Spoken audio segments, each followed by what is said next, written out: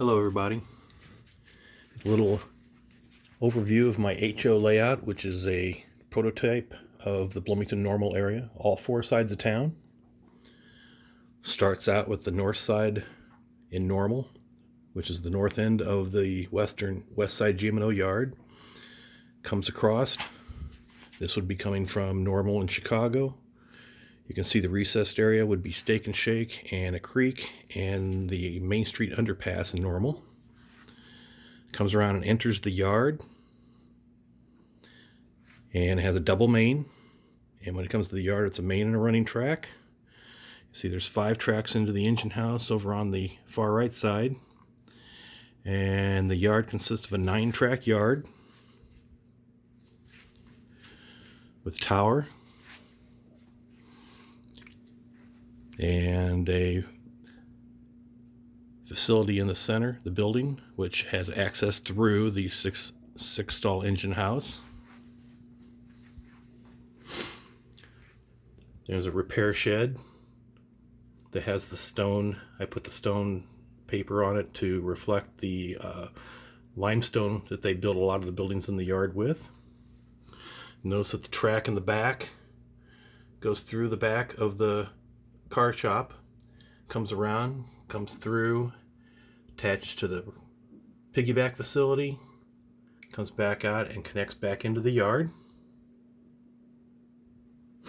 At this point, I'm going to have the Locust Street overpass over the top of the south end of the yard. And at this end, I'm going to have the Emerson Street overpass go over the north end of the yard. You can see that the main goes all the way down. There's a siding that goes behind the train station. It goes into the big building, which will be Bike Candy Company. The right side of the Y would normally go to Purina plant behind it and onto Kansas City. And then there's a connection that would normally connect to the Norfolk and Western, which crosses at the station. Here's the grain elevator facility that's not there anymore. It's right behind Washington Street. Washington Street, I have West Side Clothing, Beehive Grocery Store, my Uncle Charlie's Shoe Shop back in, the gas station, the other buildings on the other side. Washington Street crosses at grade at the interlock. And you can see where the Norfolk and Western and the New York Central Railroad come through town east and west and cross the double diamond here at the station. And this is the Bloomington station.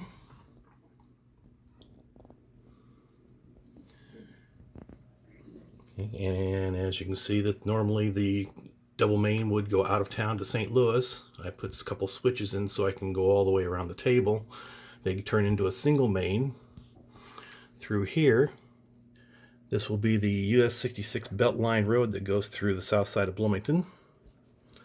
And on each side of it, you'll see the Phil Crone Drive-In Theater where the center rack was. That's a 7-inch tablet that's functional off of Wi-Fi. You've got the WJBC radio studios on Greenwood Avenue with the tower. It comes around and it will connect on the east side of town, or the southeast side of town, with the Illinois Central Railroad, which goes from Freeport to Pana. This end would go to Decatur. This connection here I added so that I can connect to the New York Central Railroad so I can exchange rail traffic. And the table is going to go 4 feet out farther. I'm preparing it right now. And the other side is the Norfolk and Western, which will have a connection to the Illinois Central here.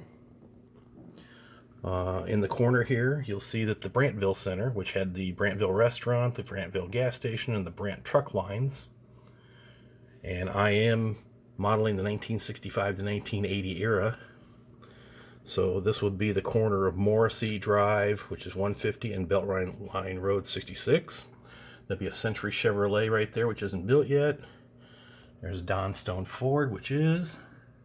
On this other corner is the Strides Restaurant and Motel. And then over here would be the Oakland Avenue underpass that would go underneath and would connect over here to Morrissey Drive. This area here is the Grove Street area on the east side of Bloomington, where I grew up.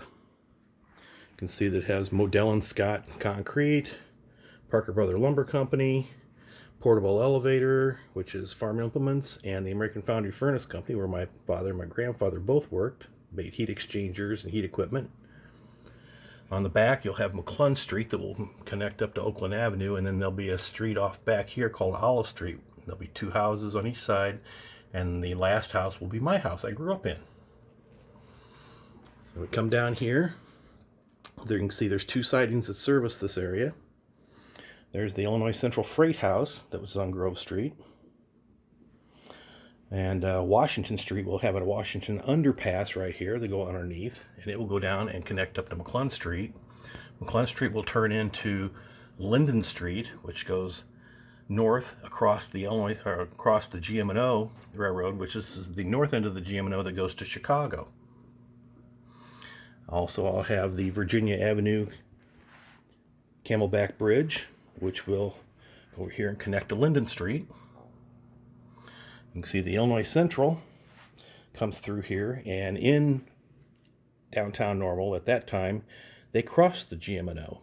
So it will cross, and I will have a siding here, a switch, that will connect up to the GM&O so I can make it all the way around the table. And there'll be a table that will be connected that will go all the way over here. There'll be a drop down that I can get into the middle area here, and it will connect back up to the other side.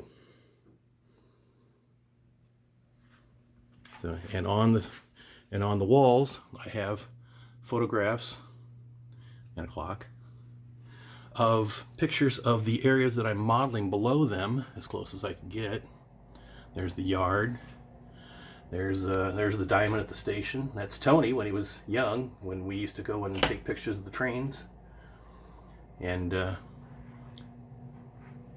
there's more yard. So I tried to take pictures and place them above the areas, the train station, the old New York Central crossing and W crossings, Illinois Centrals, all the way around the table to kind of represent the general areas. So it's definitely an ongoing project. I'm just getting started in it. I have many more things to do to it.